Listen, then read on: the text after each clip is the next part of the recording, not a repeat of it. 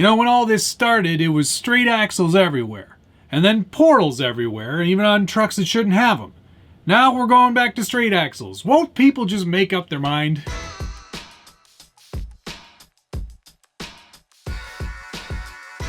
Welcome back to the Scale Builders Guild. Thanks again for watching. Today is a special day. It's the release of the Axial SCX10III straight axle conversion kit. And here it is already on the truck. Yes, it's been installed. Here they are. Look at that, a straight axle. No more portals. If you didn't want portals on your SCX10III Wrangler JL, now you don't have to have them. You can have this nice straight axle standard conversion kit. This is from Axial. Here's the box that it comes in. When you peel this off, it shows completed axles. You get both axles.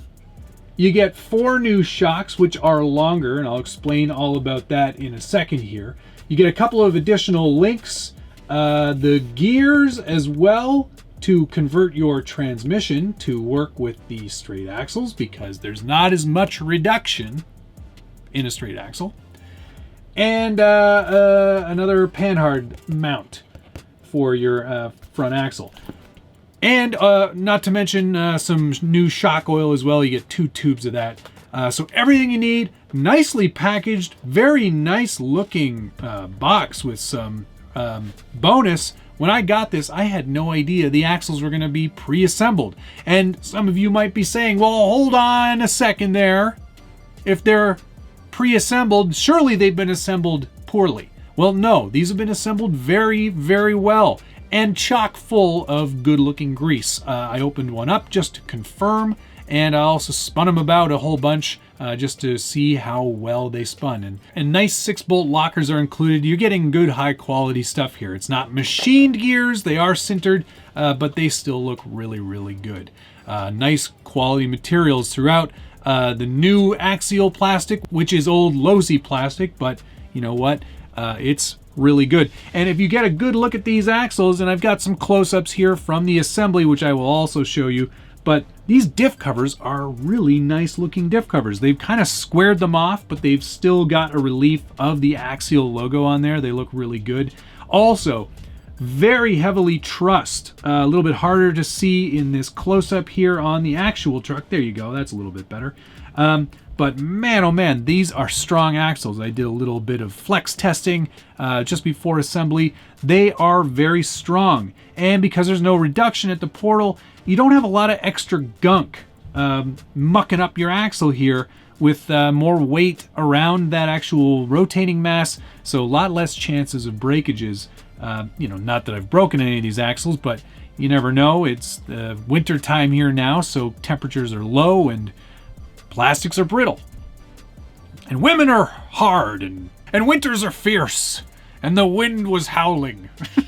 As you can see, I've got my SCX10III Gladiator right up next to the Wrangler Rubicon, and you can see the ride height is exactly the same, portal or straight axle, but you can see there's a ton more clearance under there with the portal, not as much with the straight axle. That said, my opinion, I think the straight axle still looks better than the portal. A few of the advantages of straight axles over a portal. There aren't a ton. You get less clearance, but you do get presumably a lower ride height than you would with the portals. That's not how Axial has positioned this kit though. As you can see, ride height is exactly the same as it is when there are portals on this truck, and you're kind of suggesting that this is going to be very top heavy and have a lot of roll. And it does with these longer shocks. That's just to be expected. I reached out to the developers of this kit. I said, do you need to run the long shocks? The answer is no, you don't. But what you lose is up travel. And up travel means, you know, when the tire gets into the fender, you will lose some of that up travel if you go to a shorter shock. I'm not having that problem because I've converted to the Knight Customs high clearance fender kit. So you presumably could put those shorter shocks on, and that's something I will probably do in the future.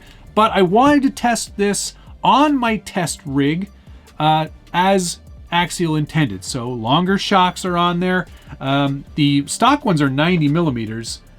These are 100 millimeters in height, so they are certainly longer. The same design as the 90 mil ones, so hold oil very well. Bleeder cap on top, aluminum construction, plastic cap, all the good stuff that you would expect. I went with the stock 35 weight oil that they include in the kit, again, just for testing purposes. If you've built the SCX10III, a lot of these steps are going to be very familiar to you. It should be no problem for you to disassemble the truck and put these new axles on. If you were able to build it the first time, you should be able to build it the second time. I will go through them step by step so you can follow along with the build. The step that they want you to start with is filling these new 100 mil shocks with 35 weight oil. I like to fill the shock all the way up to the top, compress the shock completely, allow a little bit of oil to come out, and then insert that bleed screw and then let go and you're done. That's as simple as it could be. Step 2, 3, and 4, and 5 are all about removing the axles that are already included on the JL.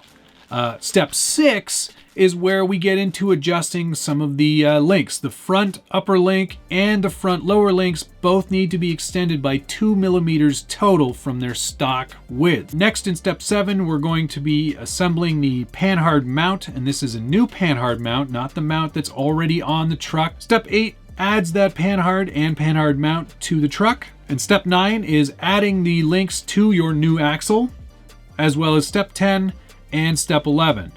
The instructions are super self-explanatory. The pictures that are included in this manual are also really good and show you great views of both sides of the truck, so you should have no trouble taking those old axles off and putting these new straight axles on.